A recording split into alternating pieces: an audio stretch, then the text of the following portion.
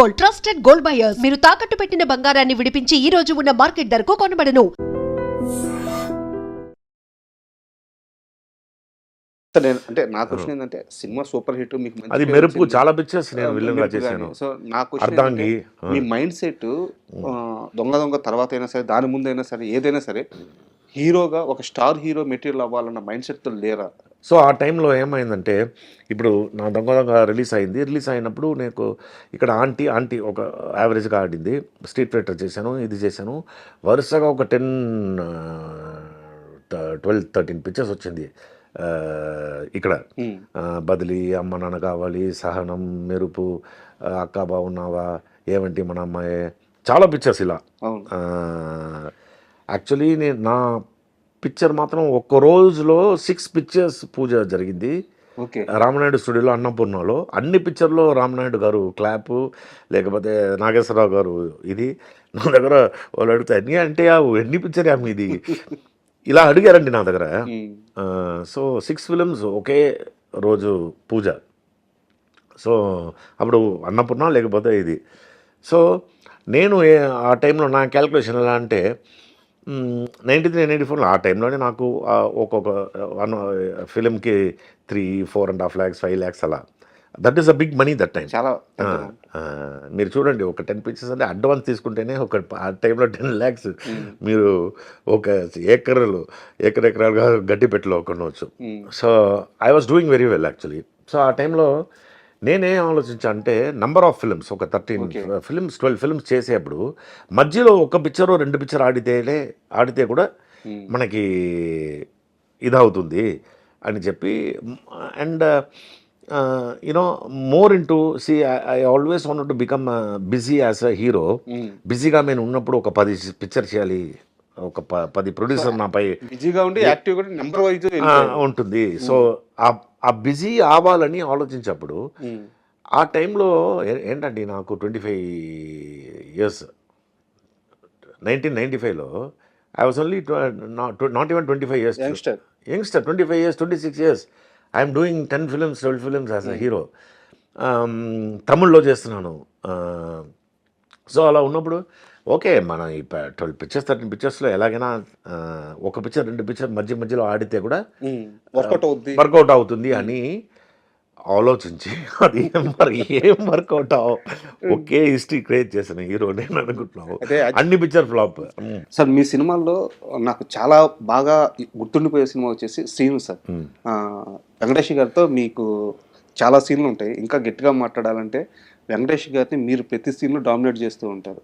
So ఆ cinema act చేసేటప్పుడు ఆయనేమో ఒక పెద్ద స్టార్ తెలుగులో, మీరేమో అప్పటికి యాక్టివ్గా ఉన్న ఆర్టిస్టు.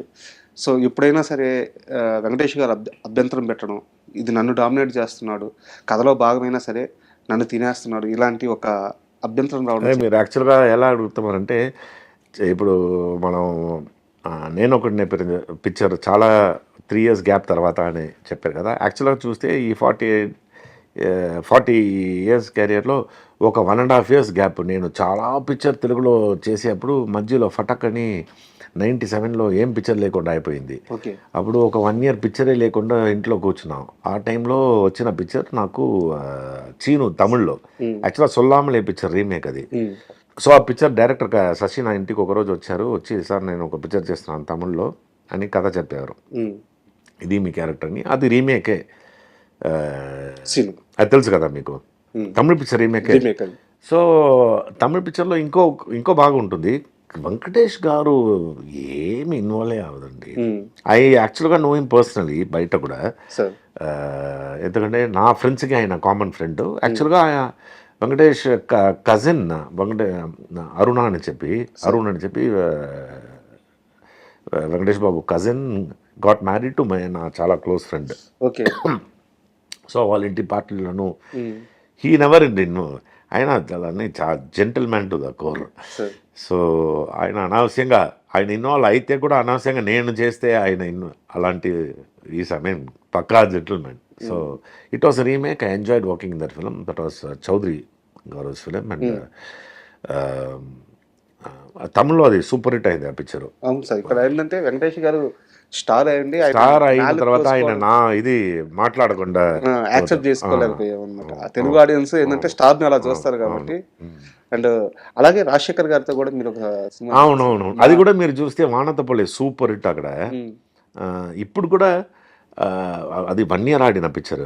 ఆ పిక్చర్లో ఒక సీన్ ఉంటుంది, విజయకాంత్ నేను పిలిచి కింద నుంచి శాండ్ తీసుకొని ఎంత కౌంట్ చేసి చెప్పంటే ఆయన 1,35,660 మీరు కావాలంటే మీరు, అది చాలా ఫేమస్ సీన్ అది. అది రాజశేఖర్తో తెలుగులో ఏం చేశారంటే, అది నేను విల్లన్ లాగా, ఇదిలో నేను మంచి విల్లనే లేకుండా రాజశేఖర్ గురించి ఏమేమో చెప్తారు, లేట్ వస్తారు అది ఇదని. నేను ఆ పిక్చర్ చేసేప్పుడు we became so close, and even Jeevitha garu, and it was super fun working in that film with Rajasekhar. So ఆ టైంలో ఆయన 11 o'clock వస్తారు, ఆయన ఏం ఇది చూసి 1 hour చూస్తారు, అదన్నీ ఏం లేదు. He was so humble and he came on time, అదని you know perfect thing. Only after that we became actually రాజశేఖర్ని మీట్ చేసి, ఈవెన్ నౌ ఈ పిక్చర్ బైకర్ తర్వాత I just sent my message and spoke to Jeevitha. యాక్చువల్గా రాజశేఖర్ గారి ప్రస్తావన వచ్చింది కాబట్టి మాట్లాడుతున్నాను. మీలాంటి వాళ్ళు వారితో చాలా సంవత్సరాలు కలిసి ఒక జర్నీ చేస్తుంటారు, పరిచయాలు ఉంటాయి, సెట్లో కలిసి ట్రావెల్ అయి ఉంటారు. మీలాంటి వాళ్ళు చెప్పే మాత్రమే నిజాలు బయటకు వస్తాయి. రాజశేఖర్ గారు టైంకి రారు, సెట్లో ఇబ్బంది పెడతారు, ఇలాంటి ఎన్నో రకాల నెగిటివ్. నేను ఒక టైం అయినా జరుగుతుందని ఆలోచించాను. నేను 6-7 days వర్క్ చేశాను, నాకంటే ముందుకు వచ్చారు ఆయన. ఎందుకు ఆయన మీద ఒక నెగిటివ్? అది ఏమని నాకు తెలియదు, అప్పుడు మారారా నాకు తెలియదు. ఎందుకంటే అందరూ ఇలా చెప్తారు, సరే నేను కూడా రాజశేఖరే కదా అని చెప్తే, ఫస్ట్ నేను వెళ్ళే ముందే ఆయన సెట్లో ఉంటారు. రానప్పుడే ఆయన కొత్త, నాకు ఇంకా గుర్తుంది, కొత్త ల్యాండ్ క్రూజర్ అప్పుడే కొన్నారు. ఆ పిక్చర్ అప్పుడు నన్ను పిలిచి, ల్యాండ్ క్రూజర్ చావి ఇచ్చి కావాలంటే డ్రైవ్ చేయి అని చెప్పి.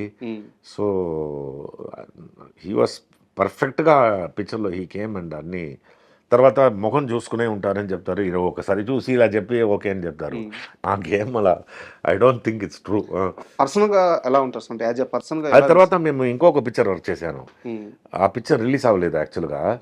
ఆ పిక్చర్ నేను వారి ప్రొడక్షన్ హౌస్ సొంత ఓన్ కాదు, ఈ ఏ ఆర్ట్స్ ఓకే మహేంద్ర వాళ్ళు ఒక పిక్చర్ చేశారు, ఈయన డబుల్ యాక్షన్. అందులో almost work 20-25 days. We enjoyed, like జాలీగా జోక్ ఇది చేయడం, అది ఆయనతోనే భోజనం చేయడం. సో ఆ పిక్చర్ కూడా పర్ఫెక్ట్గా కరెక్ట్గా వచ్చారు ఆయన. ఇంతకుముందు ఏదో ఒకసారి చేశారేమో నాకు తెలియలేదు, కానీ my experience with him is very cool man. Super sir, super. ఎందుకంటే మీలాంటి వాళ్ళు చెప్తేనే కొన్ని నిజాలు తెలుస్తాయి అనమాట. No is a very very very, phone చేస్తే కూడా ఒక ఆర్టిస్ట్లో ఆయన తీస్తారు ఫోన్, లేకపోతే ఫోన్ చూసి ఏమని రిటర్న్ ద కాల్, అలాంటి ఒక మనిషి ఆయన. అండ్ మీ లైఫ్ స్టైల్కి సంబంధించిన ఒక చిన్న ప్రశ్న అడుగుతాను, ఇది కాస్త సీరియస్ ప్రశ్న కూడా. అకౌంట్లో 25 లక్షల రూపాయలు డబ్బులు ఉన్నాయి. 25 లక్షల రూపాయలు తీసుకొని మొత్తం వరల్డ్ మొత్తం తిరిగి వచ్చారు. వచ్చిన తర్వాత కరోనా వచ్చింది, అకౌంట్ 0. అవును, ఒక రకంగా ఇంట్లో అవసరాలకు కూడా డబ్బులు లేవు. అకౌంట్ 0, ఓడి బ్యాంక్ ఓడి ఇది చేయాలి, అకౌంట్ మొత్తం ఫుల్ పోయింది డబ్బు.